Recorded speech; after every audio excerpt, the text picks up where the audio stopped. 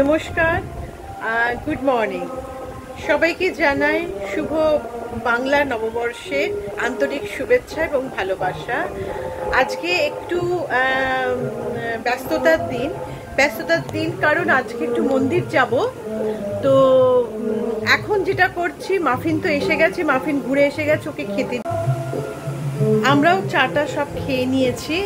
তো এখন যেটা করব সেটা হলো একটু চিলি চিকেন বানাবো।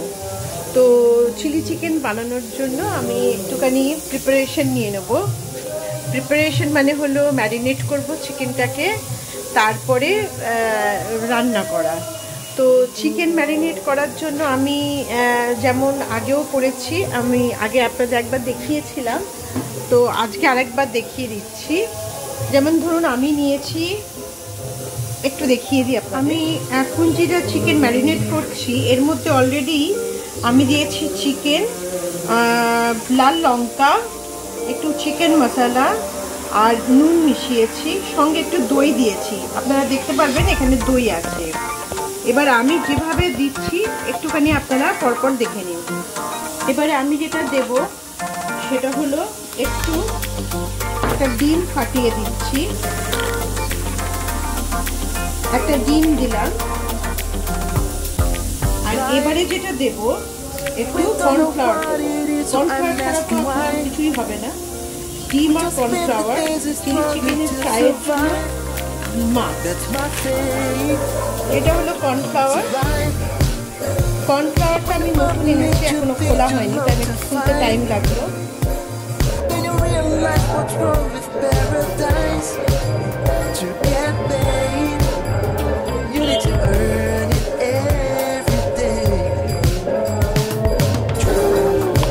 কর্নফ্লাওয়ারটা একদিকে ভালো, সেটা হলো মাংসটাকে ধরে রাখে, যার জন্য কর্নফ্লাওয়ার সবসময় একটুখানি বেশি লাগে। এবারে আমি এটাকে মাখাবো।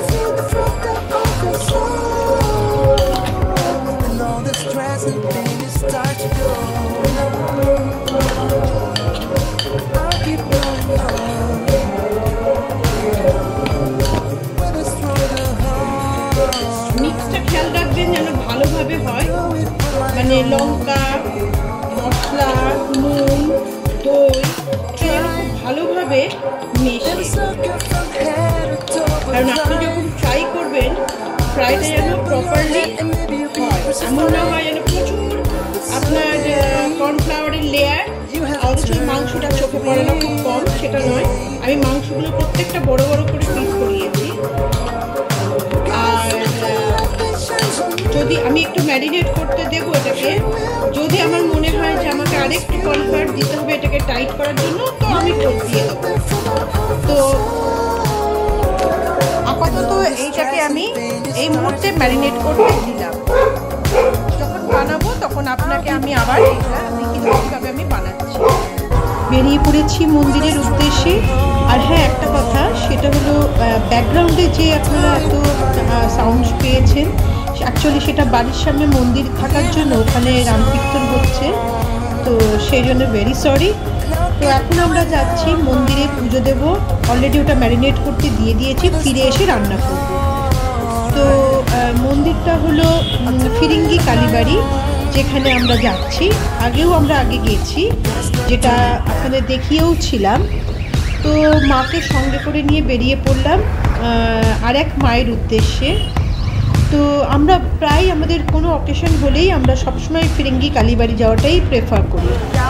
তো এই হলো ফিরিঙ্গি কালীবাড়ি। প্রচুর লোকের সমাগম। আর যেহেতু পয়লা বৈশাখ, নতুন খাতা খোলার যে একটা ভিড় থাকে সেটা তো রয়েছে। যদিও আমরা একটু লেটে এসেছি বলে অনেকটা মানে ঠিকঠাকভাবে পুজো দিতে পেরেছি, নাহলে সকাল দিকে একদম সকালে আসলে তো ভীষণ রাশ থাকে ফিরিঙ্গি কালীবাড়ি। এই হলো মায়ের মূর্তি দেখলেই না সমস্ত রকম সমস্যা মনে হয় দূর হয়ে যায়। এত সুন্দর ওনার মুখ, খুব সুন্দর। যাই হোক, তো মায়ের এখানে তো আমরা প্রায় আসি, এসে ওনাকে পুজো দিয়ে এবারে এখান থেকে আমাদের বেরিয়ে যাওয়ার পালা। তো এই দেখুন, নতুন যারা খাতা খুলতে এসছে দেখুন গণেশ লক্ষ্মীর মূর্তি নিয়ে এসেছে। দেখুন আমার পাশে একজন ছিলেন, ইনি আমার সামনে সব লাইনে দাঁড়িয়ে এক এক করে সব ঢুকবে এবং পুজো দেবে। এই হলো মা, যাকে দেখলে মনের অর্ধেক সমস্যা মনে হয় সমাধান হয়ে যায়। এত সুন্দর না, খুব শান্ত হয়ে যায় মনটা।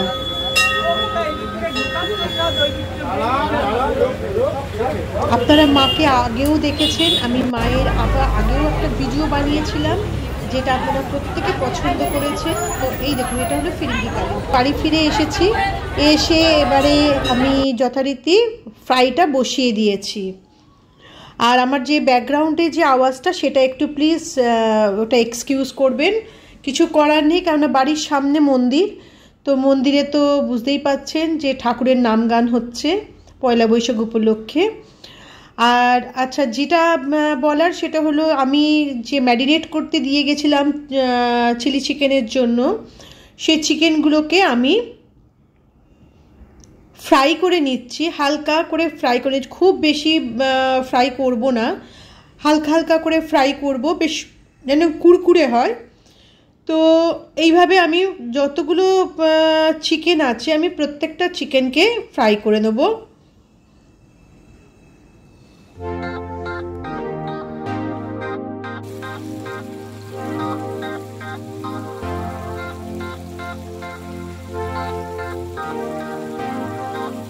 চিকেনটা ফ্রাই হয়ে গেলে আমরা সেটাকে তুলে একটা প্লেটে সরিয়ে রাখবো, যেভাবে আমি রাখছি সেরকম।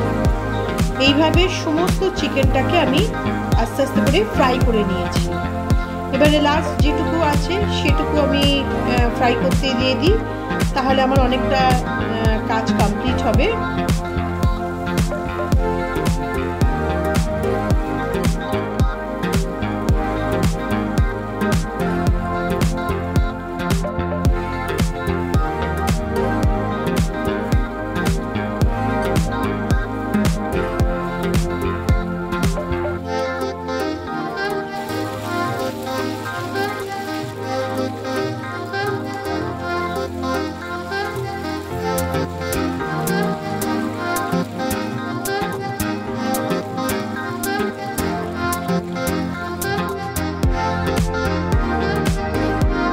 আমার সমস্ত চিকেনগুলো ফ্রাই হয়ে গেছে। এবার আমি একটা ননস্টিক কড়াই বসিয়ে দিলাম চিলি চিকেনটা বানানোর জন্য। তো কড়াইটাকে একটু গরম হতে দিয়েছি, যাতে ঠান্ডা কড়াই তেল ঢালাটা ঠিক না। তো আমার যেই তেলটাতে আমি এতক্ষণ ধরে চিকেনটা ফ্রাই করেছি, আমি সেই তেলটা ফেলবো না বা আলাদা করে রাখবো না, ওই তেলটাই আমি চিলি চিকেন করার জন্য ইউজ করব। আর সেই সঙ্গে আরেকটু তেলের প্রয়োজন, সে তেলটাও আমি নিয়ে নেব। আর ননস্টিকটা গরম হয়ে গেছে, এবার আমি এর মধ্যে তেল ঢেলে দেব।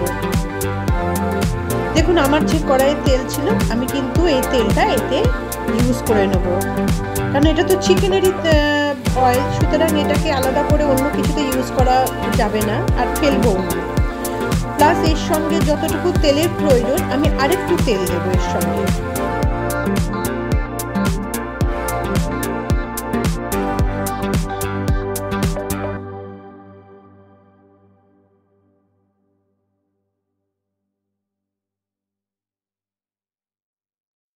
তেলটা গরম হয়ে গেছে, তাতে আমি দিলাম দুটো শুকনো লঙ্কা টুকরো করে, আমি একটু হালকা ফ্রাই করে নেব। যদিও লঙ্কা এমন একটা জিনিস, গরম তেলের মধ্যে দেওয়ার সঙ্গে সঙ্গেই সেটা খুব ফাস্ট ফ্রাই হয়ে যায়।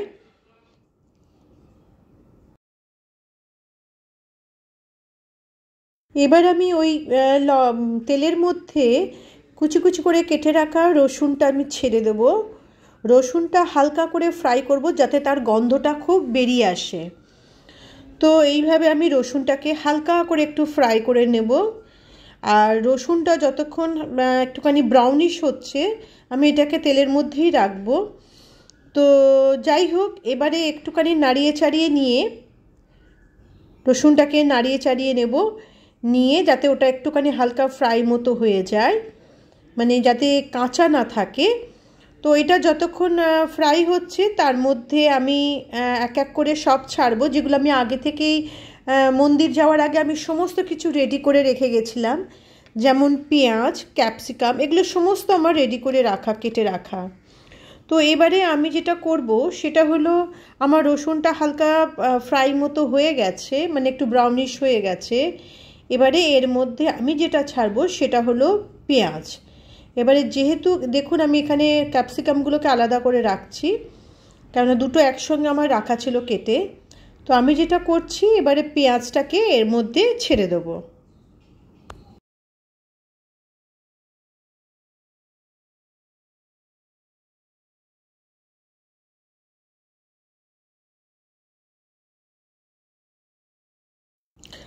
যদি ভালো করে লক্ষ্য করেন তাহলে দেখবেন আমার পেঁয়াজটা কিন্তু আমি কেটেছি স্কোয়ার কাট করে, মানে যেটাকে বক্স কাট বলে। আমি স্কোয়ার স্কোয়ার করে কেটেছি, এবং ক্যাপসিকামটাও ঠিক ওই একইভাবে কেটেছি স্কোয়ার করে। আর প্রত্যেকটা পেঁয়াজ তার নিজে আরেকটা পেঁয়াজের থেকে কিন্তু সম্পূর্ণ আলাদা, পিসের থেকে আলাদা। তো এইভাবে আমি নাড়িয়ে চাড়িয়ে যখন দেখব যে হালকা একটুখানি ব্রাউনিশ হচ্ছে, তারপরের স্টেপটা আমি আবার নেব। তো এটা যতক্ষণ আমি নাড়ালাম, একটু পরে আমি কী করব, ক্যাপসিকামটা ছেড়ে দেবো, কেননা ক্যাপসিকামটারও তো একটা ভাপের প্রয়োজন, না হলে ওটা কাঁচা থেকে যাবে। তো এবার আমি একটু নাড়িয়ে নিই।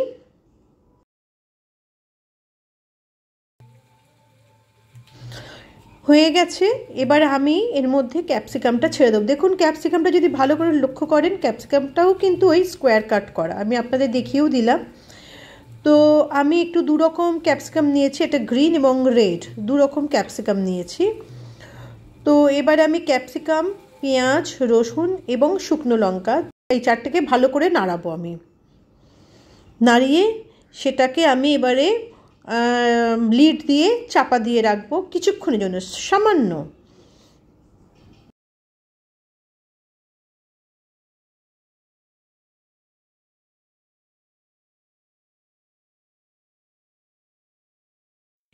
এটা যতক্ষণ ভাজছে, আমি এর মধ্যে আন্দাজ মতো নুন দিয়ে দিচ্ছি, যতটুকু আমার প্রয়োজন, কারণ অলরেডি ম্যারিনেট করার সময় মাংসের মধ্যে কিন্তু আমার নুন দেওয়াই ছিল। তো আমি নুন দিয়ে দিলাম। এবারে দিয়ে দিলাম আমি রেড মির্চ, লঙ্কা গুঁড়ো দিয়ে দিলাম। এবারে ওটাকে ভালো করে আমি নাড়াচ্ছি। এবারে এর মধ্যে তাহলে আমি আবার বলি, এর মধ্যে রয়েছে শুকনো লঙ্কা, এর মধ্যে রয়েছে রসুন, এর মধ্যে রয়েছে পেঁয়াজ, এর মধ্যে রয়েছে ক্যাপসিকাম, তার সঙ্গে আমি দিয়েছি নুন এবং গুঁড়ো লঙ্কা দিয়ে ভালো করে একটু নাড়িয়ে আমি লিড দিয়ে চাপা দিয়ে রাখবো।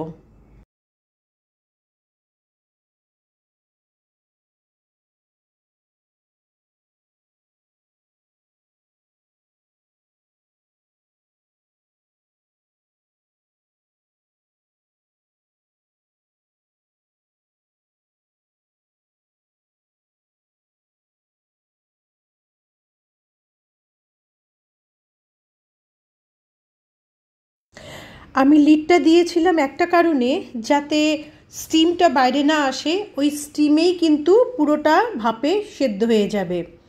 এবারে আমার ভেজে রাখা চিকেনগুলোকে আমি এর মধ্যে ছেড়ে দিলাম। দেখুন চিকেনগুলো কি সুন্দর মচমচে ফ্রাই হয়েছে, খুব মানে বেশি ভাজেনি, মোটামুটি একটা ভাজা হয়েছে। এবার আমি পুরো যা যা আমি এর মধ্যে দিয়েছিলাম সেগুলোকে ভালো করে মিক্স আপ করবো। আর হ্যাঁ, যে তেলটা সেটা কিন্তু মাথায় রাখবেন হোয়াইট অয়েল, আমি কিন্তু হোয়াইট অয়েলটাই বেসিক্যালি ইউজ করি, সেটা ভাজার ক্ষেত্রে হোক আর রান্নার ক্ষেত্রে হোক। তো আমি মোটামুটি একটু নাড়িয়ে চাড়িয়ে নেব। আর একটা কথা, আমি আগে থেকেই একটা সসের একটা তৈরি করে রেখেছিলাম একটা বলে, তার মধ্যে দিয়েছিলাম tomato sauce, soya sauce, red chilli sauce and green chilli sauce, এই চারটে আমি দিয়েছিলাম। দিয়ে এটা জল দিয়ে একটা মিশিয়ে রেখেছিলাম। এই যে আমি বানিয়ে রেখেছিলাম, এবার এটা আমি এই চিকেনের মধ্যে ঢেলে দেব। এটা আমি আগে থেকেই বানিয়ে রেখেছি, দেখে নিন এর ডেনসিটিটা দেখুন কি সুন্দর।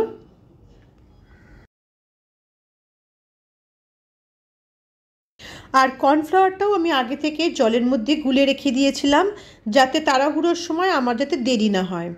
তো তো এবার আমি লিডটা সরিয়ে নিয়ে যে সসগুলোকে আমি মিশ্রণটা রেখে দিয়েছিলাম সেটা আমি পুরো চিকেনের মধ্যে দিয়ে দেবো।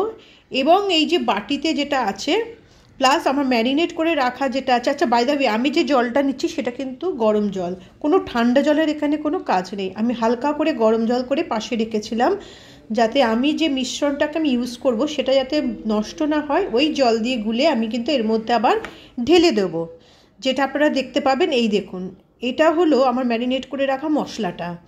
তো আমি তো এটা ফেলবো না, এটা আমি কিন্তু চিকেনে দিয়ে দেবো। তো এটা আমি ভালো করে ওই গরম জল দিয়ে ভালো করে ধুলাম, ধুয়ে ওইটা আমি ওর মধ্যে দিয়ে দেবো।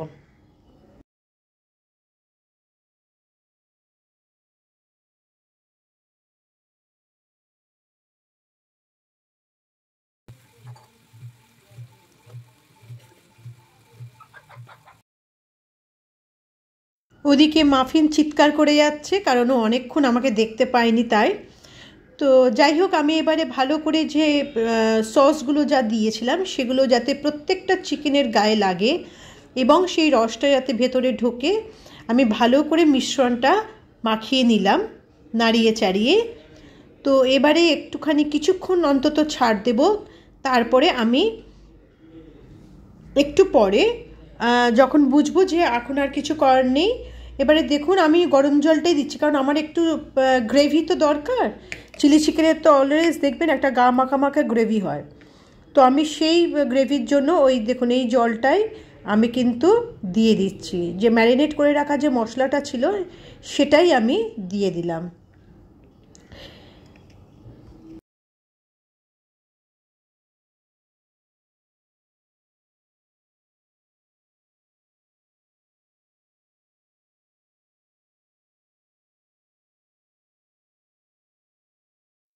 নাড়িয়ে ছাড়িয়ে নিয়ে এবার আমি 2 থেকে 3 মিনিট আমি এটাকে লিড দিয়ে চাপা রাখবো যাতে ভেপারে জিনিসটা সেদ্ধ হয়। তারপরে আমি এই যে কর্নফ্লাওয়ার যেটা আছে সেটা আমি এর মধ্যে ঢালবো, কিন্তু আগে আমি একটু চাপা দেব সামান্য।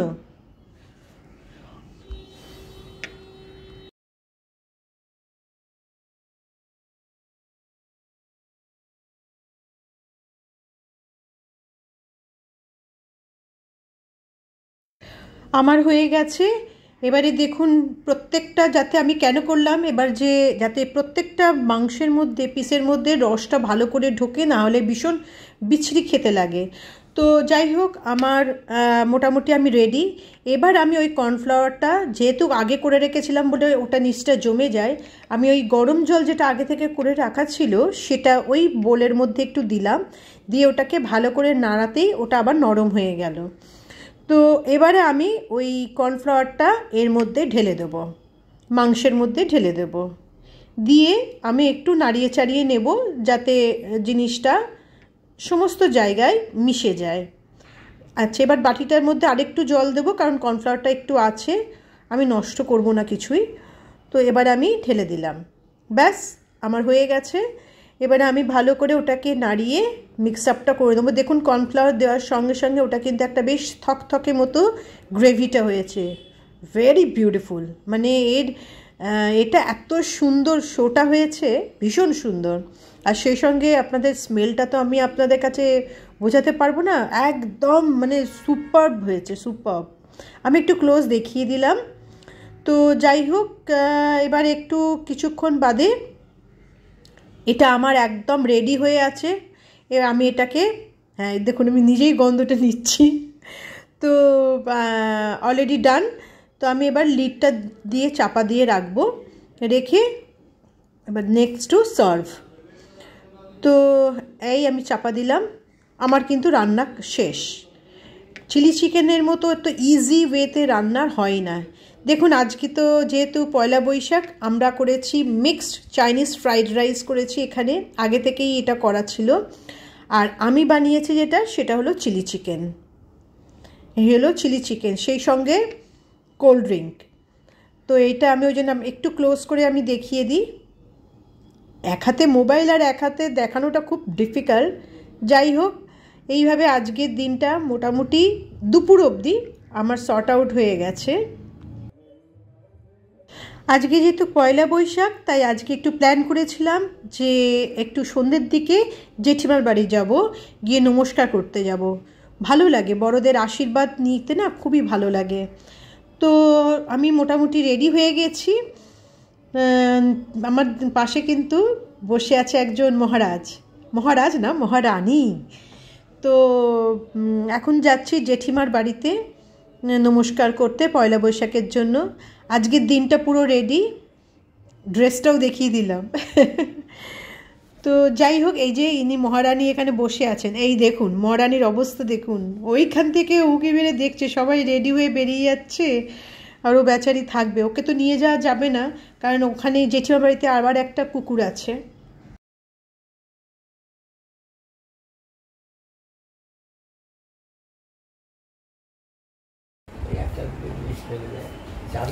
বাড়িটা দেখে বুঝতেই পাচ্ছেন যে আমরা এসেছি কোথায়, জেঠিমার বাড়িতে। এখানে জেঠিমা আছে, দাদা আছে, দাদার বউ আছে, তার ছেলে আছে।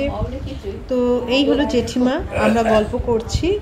তো আজকের মতো দিনটা আমাদের কেটে গেল ভালোইভাবে। আবার একটা নতুন দিন নতুনভাবে শুরু হবে। ভালো থাকবেন।